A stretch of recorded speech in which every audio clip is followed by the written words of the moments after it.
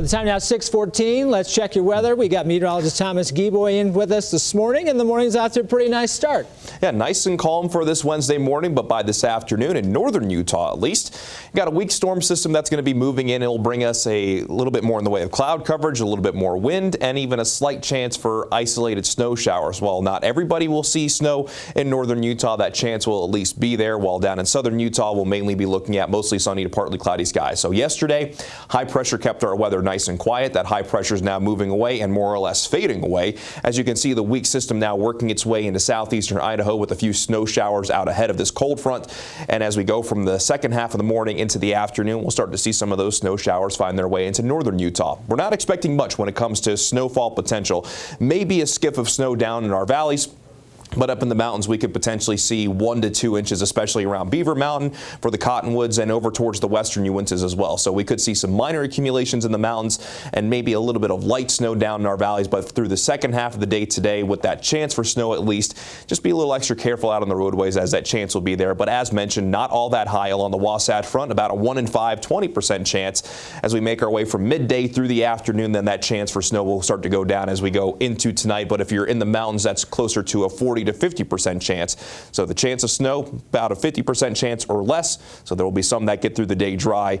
But for the most part, we'll definitely see those increased clouds and increased winds in northern Utah, while we'll see pretty calm conditions down in southern Utah today.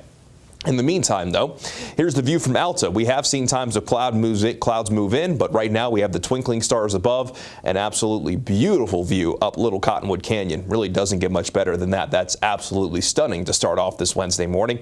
Then as we find our way down into southeastern Utah, the view in Blanding, you can start to see a little bit of that early sunrise glow right over the horizon, and it should be a pretty nice sunrise really across the state, especially down in southern Utah. It is rather chilly. We're sitting at 30 degrees in Salt Lake City. We're sitting at 22 degrees in Logan. The inversion, unfortunately, keeping that cold air locked in place.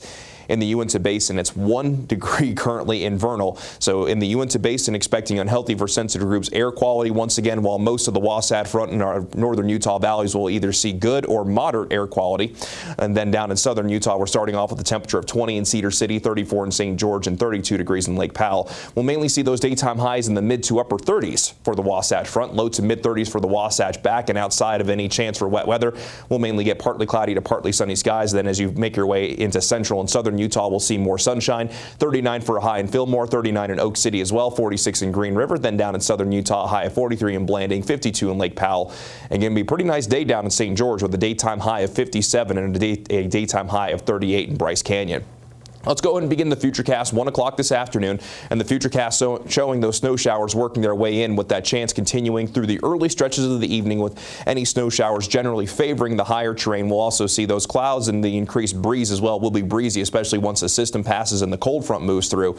And once the system moves away, we'll get high pressure to settle back in, but with a northerly flow of wind for our Thursday. Daytime highs will come down a little bit compared to what we're going to see for today. So going to be a little bit chilly for the Thursday, but we'll have dry skies thanks to that high pressure, and that high pressure moves from west to east.